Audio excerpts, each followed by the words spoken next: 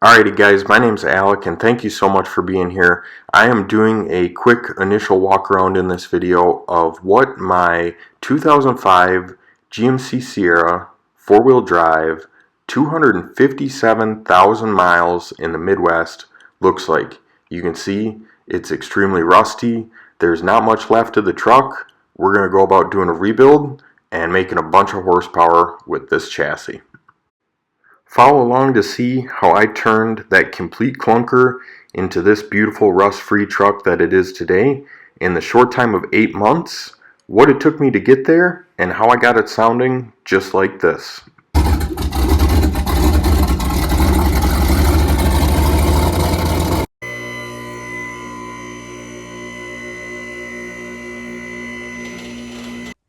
Alright, so I'm working on taking the bed off. Got the bed off and started assessing a couple things back here. Definitely gonna need a little bit of help. We got quite a bit of crustiness and that's not gonna fly. So we're gonna have to do some bracing back here. All 4 of the cab bolts free, not out, because the front 2, there's one of them, just snapped off. They're like disintegrated. I'm not sure what the hell is going on there, but you can see the rust shower that I just took, which doesn't actually look as bad on camera, but there's a boot print right there, so you can tell where I was standing. We have wheel well liners out, bumper off, and then I'm gonna start, like I said, got fender flares off too. So you can see this truck is, those are not OEM flares, and it's not helping its case. So this is some of the worst rot I've ever seen back in here. But yeah, I'm gonna be sweeping for a while. So.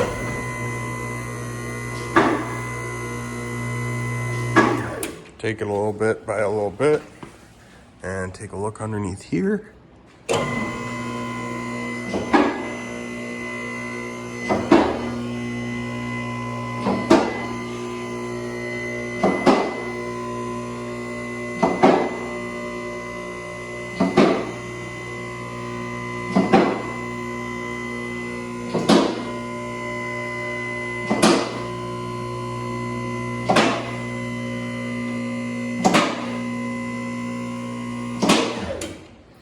I'm gonna leave it there on its locks, but dang, look at that. That's freaking wicked. Never done that before. That's pretty awesome.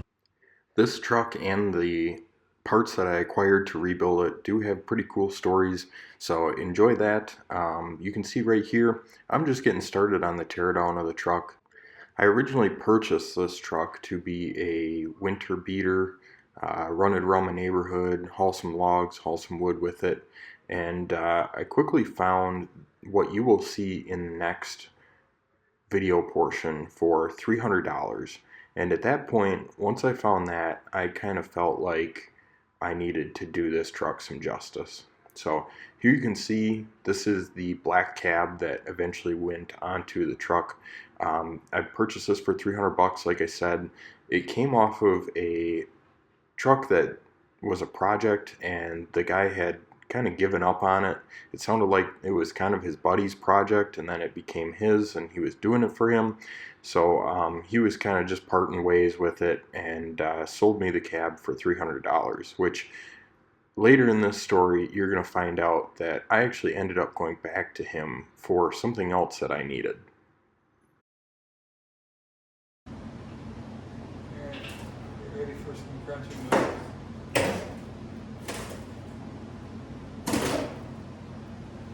You're not going to be able to open the doors, but...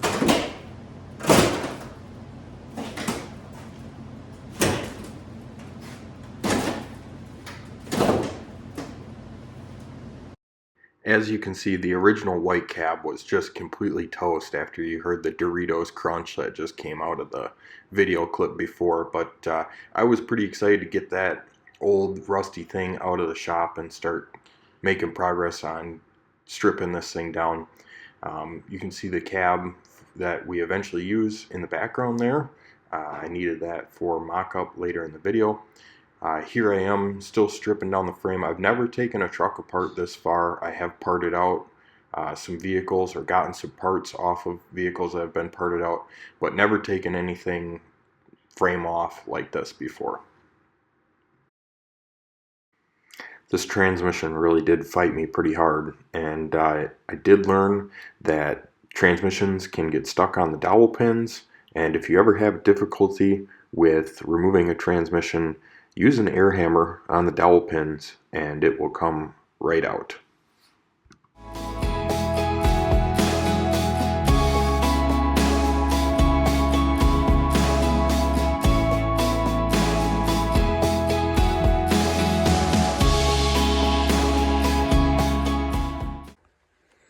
Alrighty, so walk in the shop and oh, what is that? Huge puddle underneath the truck on the lift. So in hindsight, forgot about that.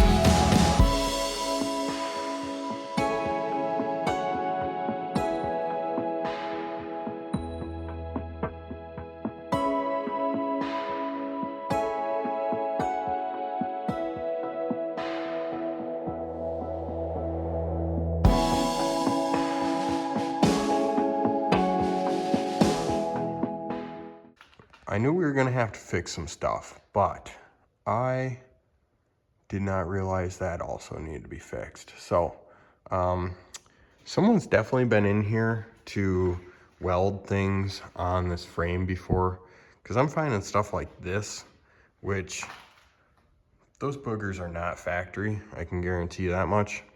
And that support right there is not in good shape.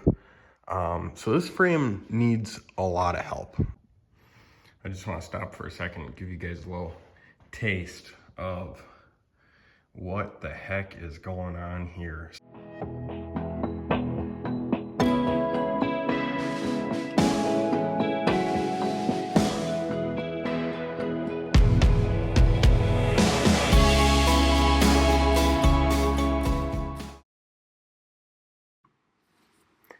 In effort to continue stripping the frame, we moved on to getting the wiring harness off of the frame. This is a pretty easy process to do when the cab and the bed are removed. But what I ended up doing was using blue painter's tape to label every single connector on the vehicle. This really helped me when I was putting it back together. I had no questions on where everything went.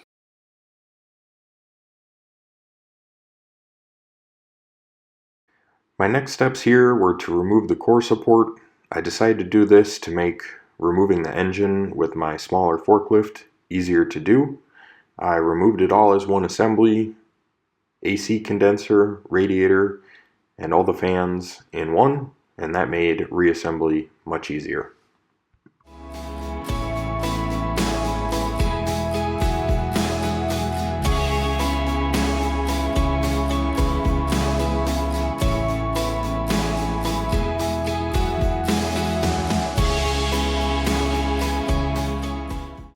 Fun fact, been around for quite a few engine removals, but this is my first one that I've ever done on my own, and quite an unconventional way of removing an engine with absolutely nothing on the frame and a forklift.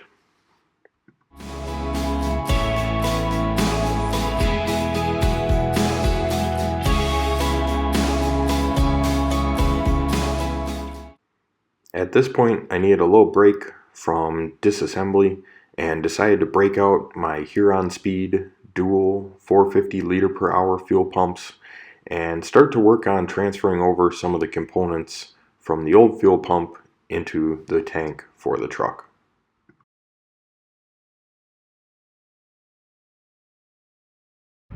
Alrighty guys, we made it happen Saturday morning.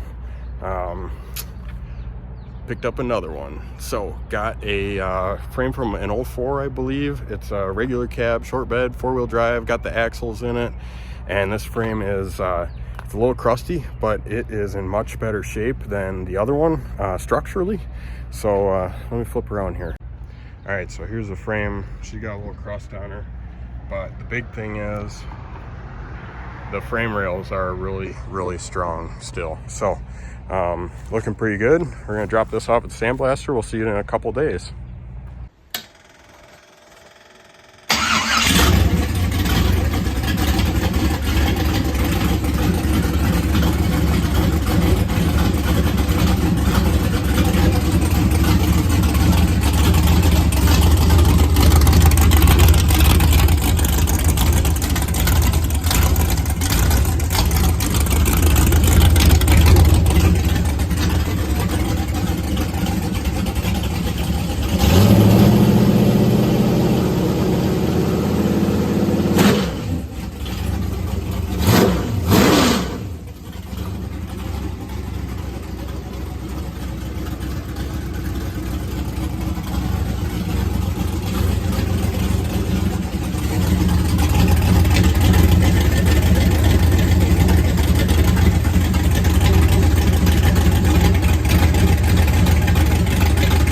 I want to tell you a little bit about it. So we just went and picked this up. This is my 6-liter that's going in the truck. It originally started as an LQ4. I took it to my engine builder, said I want to run up to 15 pounds of boost. He asked me a couple more questions, said say no more, and here it is. So it has a stock crank in it, Gen 4 rods. It's got a Stage 2 Brian Tooley Racing turbo cam in it. It's got a set of Summit Pro LS forged pistons in it. And then it's got a set of 799 heads on it with the correct springs for the cam. The heads are ported, and they are ported so much so I don't think I'm gonna be able to show you, but I'll try. They're ported so much that you might just be able to see that the rocker arm up here, you can feel the bolt right back where my finger is for the rocker arm. So the heads are opened up a lot, and this thing's gonna make us some pretty good power. So now that you saw a little video of the engine running, you got a taste of what's to come next. Here I am getting the engine on the stand so that it has a nice home until I get to put it in the truck.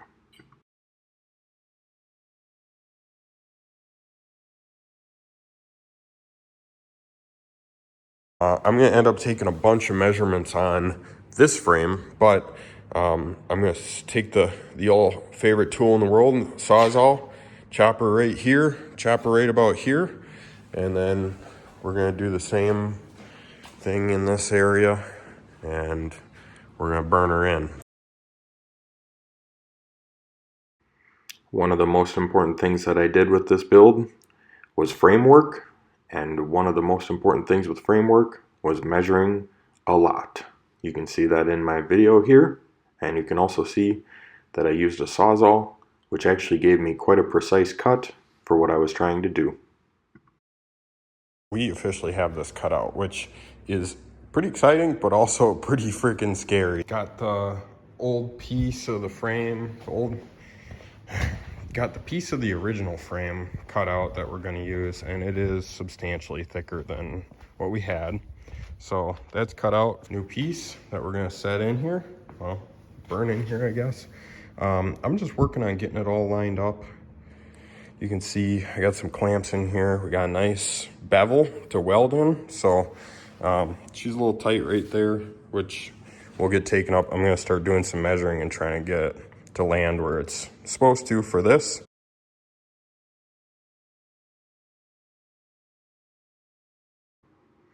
After we got the donor piece from the other frame in place, measured, and lined up the way that we wanted, started to burn in some of the spots with some tack welds and make sure that everything was in place with some more measuring. And then we finally moved on to landing it in its final home with some finish welding. I was really happy with the way that the welds turned out on this. The metal was very good. It was happy to be welded. It had great penetration. You could see the heat within an inch on each side of the weld, and I'm pretty confident in its strength.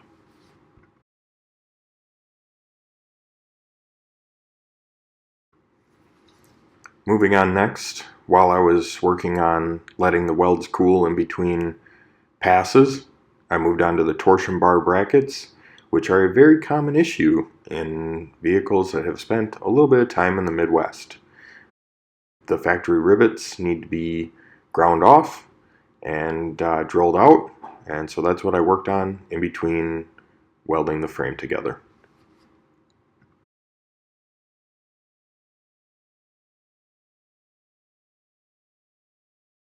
Everything went and welded pretty good. I did start to kind of finish this top part, but I wanted to show you what the welds look like. So I did do it in kind of stages, starting and stopping, because I didn't want to get it too hot. And then the back side, the welds look pretty good. After learning that my original frame was junk and that I was going to have a lot of fabrication to use it, I reached out to the gentleman that I bought the black cab from, because I knew that he had a frame, because when I bought the cab from him, the cab was sitting on the frame. So I reached out in about February. I reached out in March. He never responded, read my messages, and eventually in April he did send me a message back, and I ended up buying this frame that I'm doing the small splice on for $200. It had the front and rear axle in it. It had a brand new set of leaf springs, and he let it go for that. I was more than happy. You can see that I finished out the welds, got them ground smooth, and then I started to move on to the torsion bar crossmember bolts, because the mounts that connect the crossmember to the frame with the isolators in them was no longer any good, and you can see all the crustiness that I was dealing with and sweeping up off the floor right there. After we got the old mounts out of the frame, we moved on to getting the rust-free cab mounted to the frame.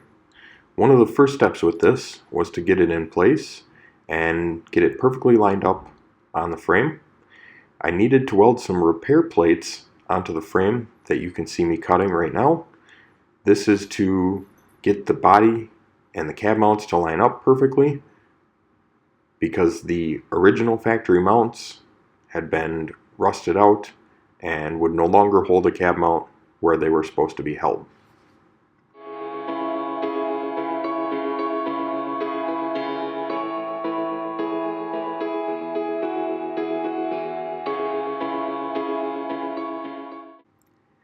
Here you can see me underneath the frame making super small adjustments, trying to get the cab to line up perfectly on the frame where it's exactly square.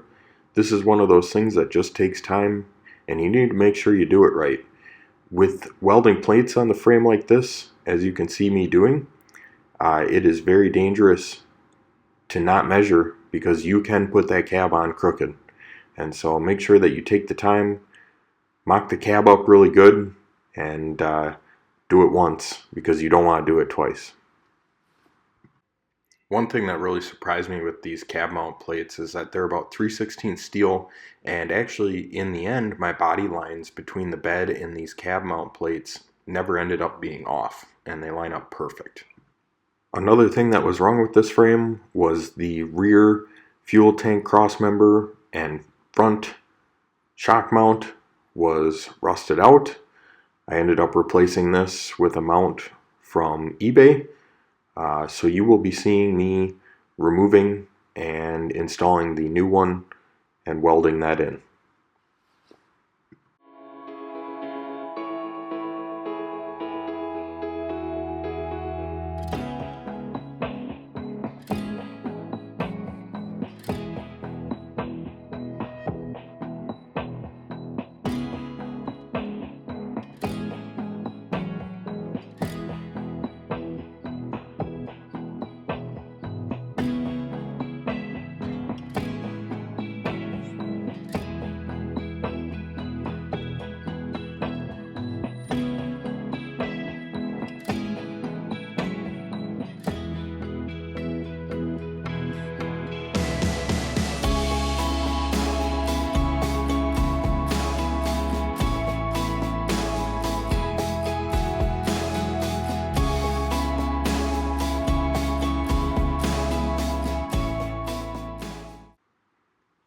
Prior to finally burning in the crossmember, I wanted to make sure that I got some rust protection back behind the things that I might not ever see again with welding in that crossmember. So I wiped down the entire frame with a paint reducer and used something called KBS rust coating on the inside of the frame. I ended up using the KBS rust coating for multiple reasons. It is similar to Pore 15, and I like that product, and it appealed to me. The second thing was that if it does see UV rays and doesn't get top coated, it does not crack like Pore 15. And then the third reason is that it can be top coated with something else, and it covers very well without being top coated. Here you can see after I got the frame all painted up, I was ready to do the finish welding and put that crossmember in for good. So I did some nice touch up on that frame section, got it ready to be welded in. The other thing you can see in this section of video is I ended up doing a 14 bolt 6 lug differential that I found from a 2008 Chevy Silverado 1500 Vortec Max. It's a 6 lug axle, but it's got a 9.5 inch 14 bolt ring gear, and I thought that this was going to be stronger than the 10 bolt that was in it before, and I was pretty happy to find that for $200 on Facebook Marketplace. As promised, this is the final welding of that crossmember in place. This was really exciting for me because once this was welded in place, that means that I got to move on to one of the most visually appealing parts of the process, and that is painting the frame and the chassis. So I ended up using a 2K epoxy primer sealer. I did this because I wanted a nice satin black look. It was one step, it sealed the metal on the frame, and this frame will not be seeing very much sunlight, so I was not worried about the possible effects of UV rays.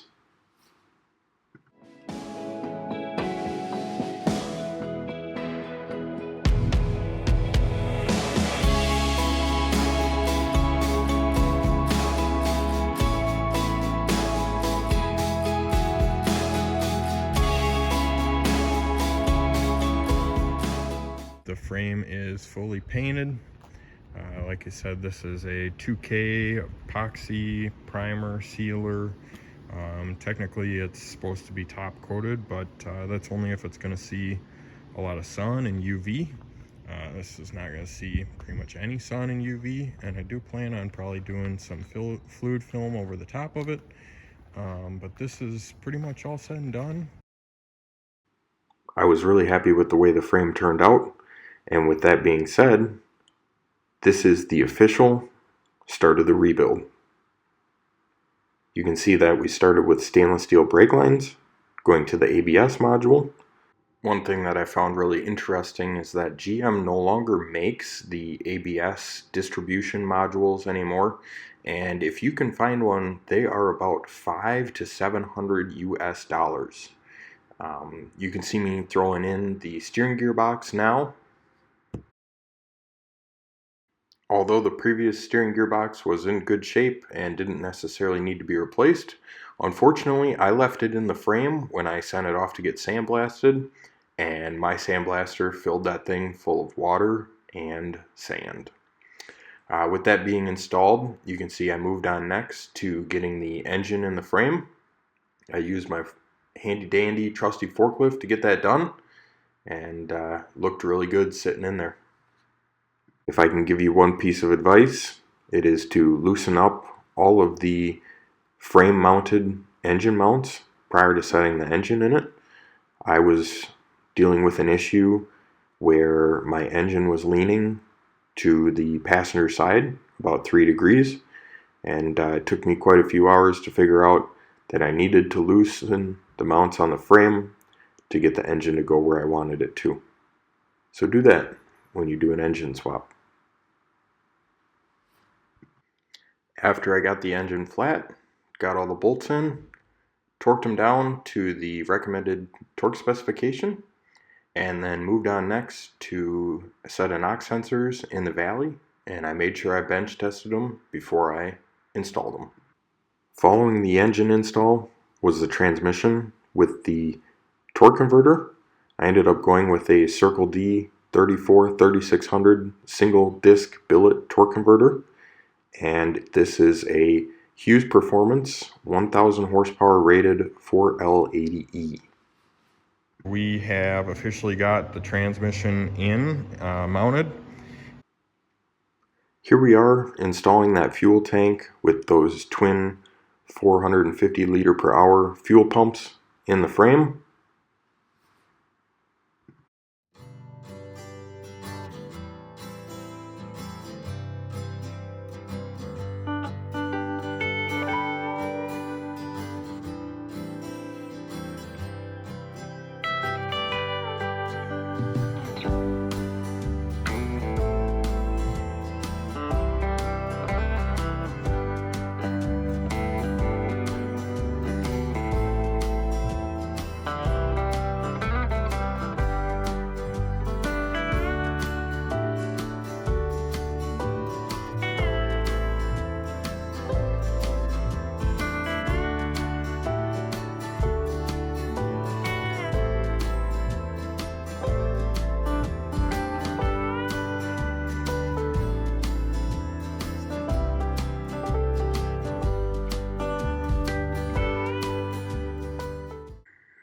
When I got the differential, I noticed that it had a pinion seal leak and the differential cover was also leaking, so I got that taken care of right away.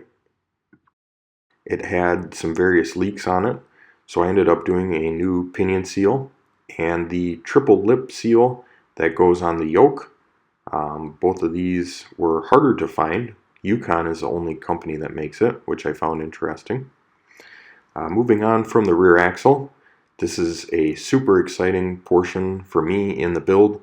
I finally got to install the cab on the frame for good. This was not a mock-up. This was it sitting in its final home. You can see that I used the 2-post to raise and lower, and then we used a floor jack to move the frame around to help line it up. At this point, the motivation to get this project going was really high. And with that cab set on there, we finally had something to start mounting electronics, mounting fuel system, and mounting everything else involved with making a truck a truck.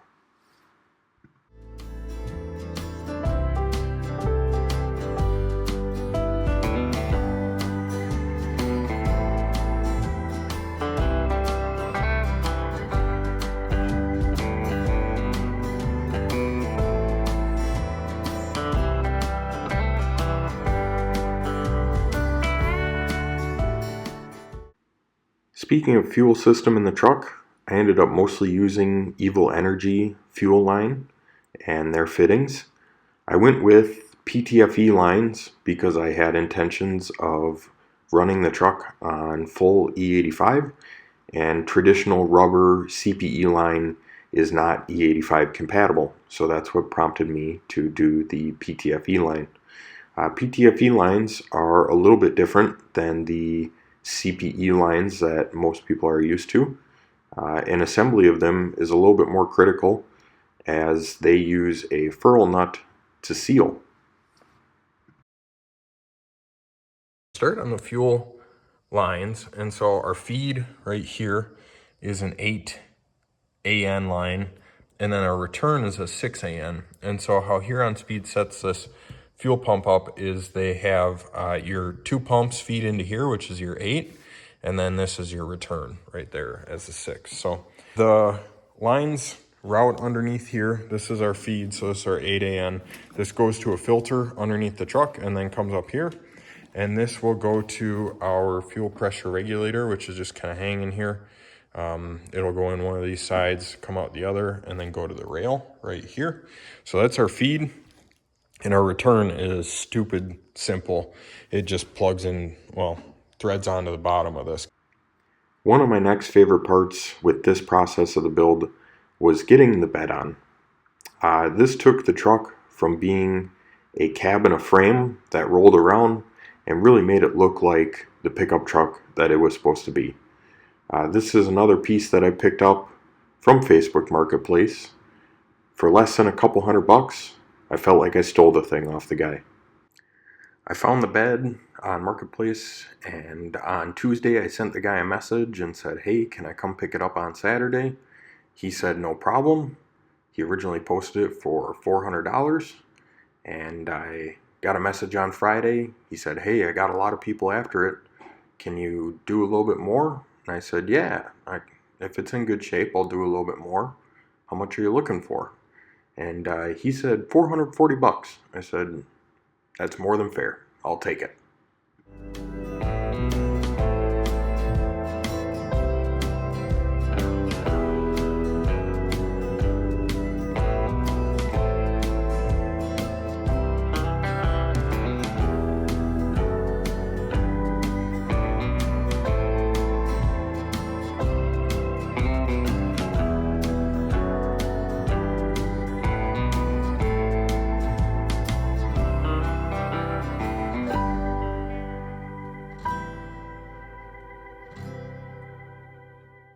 Got a truck that actually looks like a pickup truck, which is pretty cool. So Bailey and I got the bed on, and it's all lined up, and there's 4 bolts in it. So pretty freaking stoked about that. At this point, with the cab and the bed on, it was all hands on deck to get the front of the truck finished up. You can see I used a new AC Delco water pump, and I decided to do a 160-degree thermostat in this truck because, of course, with this amount of effort, I do not plan on driving it in the winter time. And also, with the goal being near 1,000 horsepower, I wanted to make sure that that truck was running cool and not at the stock 200 degrees that they set it at. One of the things that I decided to do was use a oil cooler block-off plate. I ended up drilling a 1/8 inch NPT threaded hole into it, and I used that for my oil feed line because I had this laying around and I didn't feel like spending $20 for something I could make myself in about 15 minutes. The next thing I ended up doing was setting the turbo on its home and getting the center section clocked and leveled.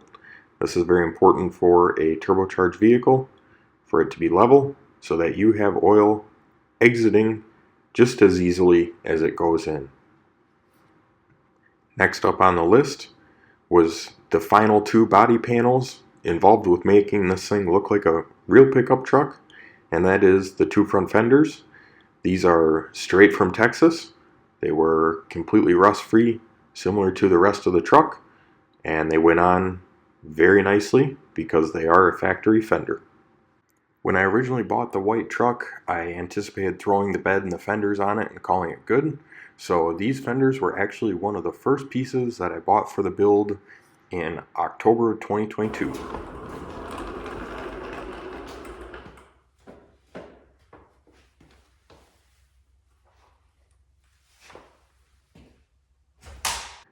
I decided to make this truck completely all-wheel drive all the time with the original inspiration from LT Tolman on YouTube. He built his truck with a NP149 transfer case, and it responded very well. The truck drove amazing from the videos that I saw, and I wanted to do the same thing. I set out to find one. There's various vehicles that you can find them in, Yukon, Denali's, and stuff like that. The Silverado SS actually ended up coming with this transfer case, and I did find one of a Silverado SS. It doesn't really make a difference what it comes from. Pretty much all NP149s were the exact same. I ended up having to tear it apart to put in a 32 spline input shaft because you cannot put a stock NP149 behind a 4L80 because it's meant to go behind a 4L60 with a 27 spline input shaft. So this is the first transfer case that I ever took apart in my entire life. It's a good thing I chose an easier one to learn on because this is just a couple gear sets, some planetaries, and a really big chain.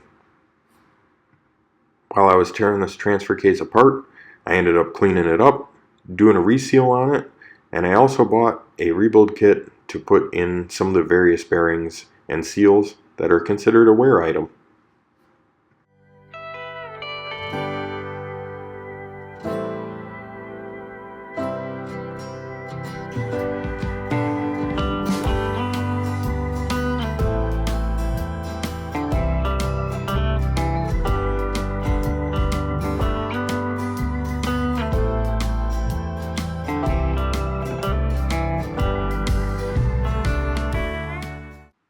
At a certain point, I decided that I had done enough work on the front of the truck to put the core support back on, and grabbed a helping hand to help me throw that on.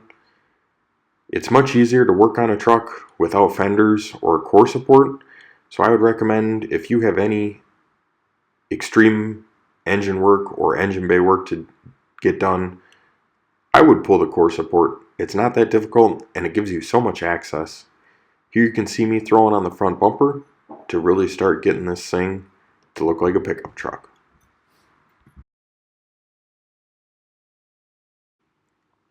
In this section of the video, I ended up throwing on a new set of shocks and also checking to make sure that all the chassis and camber, caster, bolts were tight on the control arms.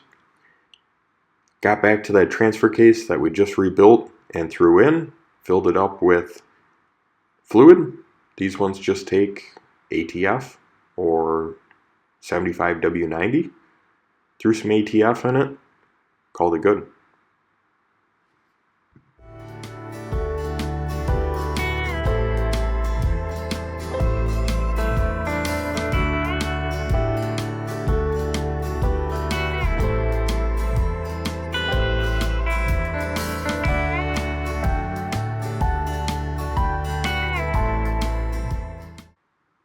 I couldn't stand seeing the truck multiple colors, so I ended up taking the white fenders and vinyl wrapping them a nice gloss black.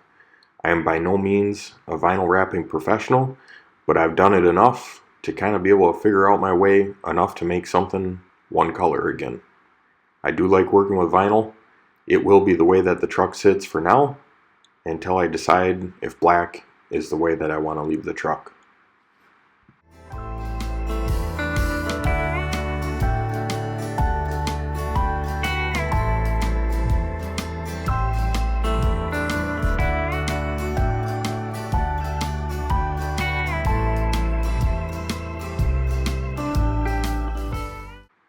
One of my next big hurdles that was holding me back from starting the truck was a transmission cooler, and not necessarily because I needed the cooling capacity from the cooler, but just because I didn't want transmission fluid spraying out the side of the transmission. I ended up using what's considered a 40K transmission cooler on the front of the truck, and I made my own 6AN lines for this transmission cooler. These are CPE lines, so unlike my fuel system, these actually have rubber inside of them. You can check out my entire playlist, but this transmission cooler build is very impressive, and it is also a standalone YouTube video on its own. I show you how to make these lines, and I show you how to mount that transmission cooler without leaks, and it looks very professional.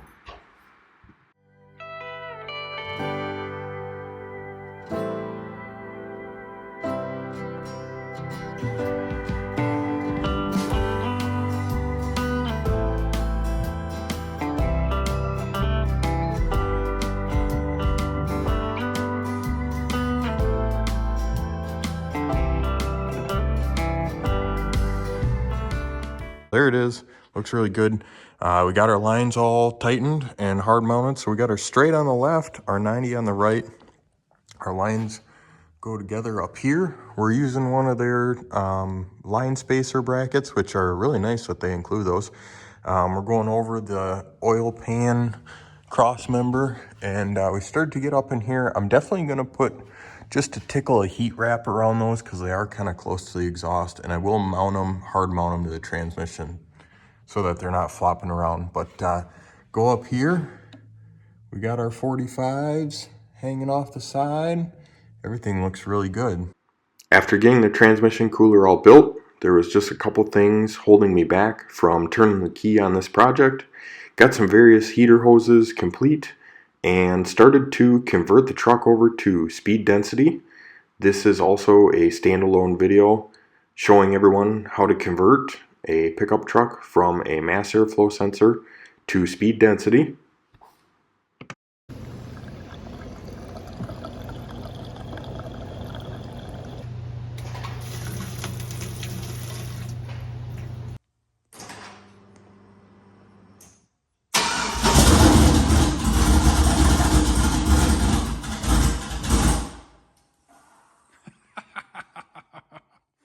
Hearing the truck pop off for the very first time was super exciting.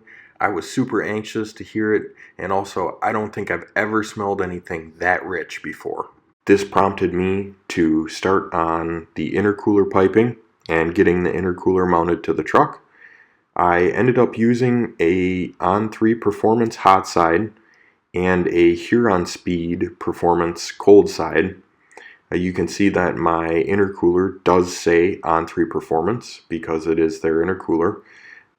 In other videos, I do express why I combine two kits together, but essentially the main reason is because I got a killer deal on a used hot side on Facebook Marketplace, and I ended up buying the Huron Speed cold side because I thought it was a better quality product, and I confirmed that in my YouTube videos. With most of the exterior and engine work done on the vehicle, I moved on to some of the interior. You can see that I have a set of cloth seats for the truck, and I used a Hoover Clean Slate to get these cleaned up.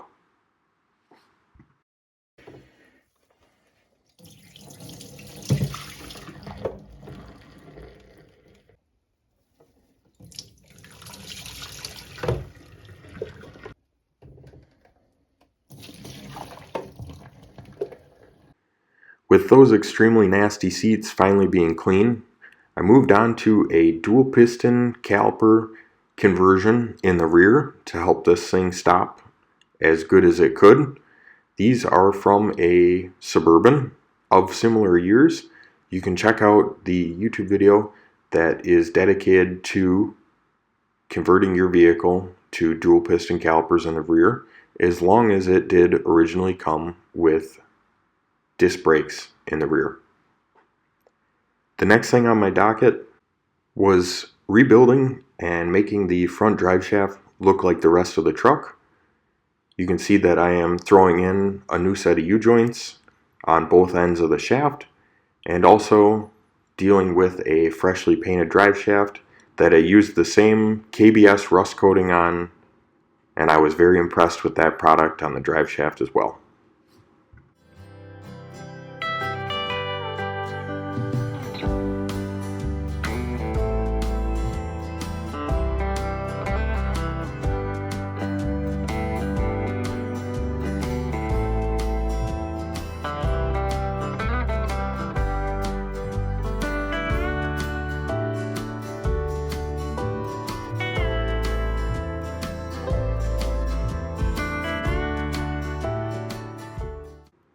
Another video topic that I ended up posting was a vacuum distribution block. One of the biggest things that annoys me with turbo vehicles is all of the various lines that are running all over the engine bay, almost making it look like a spider's web. This vacuum distribution block keeps that super clean. Intake manifold going in the right side of this distribution block over here, and then we have three ports being used. We have two blocked, and then I blocked the edge over here. So right now you can see I didn't have any black 3/16 lines, so the clear stuff or the blue stuff's going to work for now. That's going over to my fuel pressure regulator, and then the two in the middle here, we got one going over to the wastegate, and the other one going over here runs down and comes over to a blow-off valve. So that is complete, and that is vacuum distribution block. Before I could throw those freshly cleaned seats into the cab of this truck, I decided to pull up the rubber floor in it and do some sound deadener on the floor of the cab. I ended up using a product called Killmat that I got on Amazon, and I was very impressed with the product and very happy with the way that it turned out. There's a huge difference in a sound deadened vehicle compared to a non-sound deadened vehicle. It completely gets rid of the empty oil drum sound that it has. And you can see me here after it's all finished up, throwing that rubber floor back in, which was cleaned up with some purple degreaser, and it turned out and looked very nice.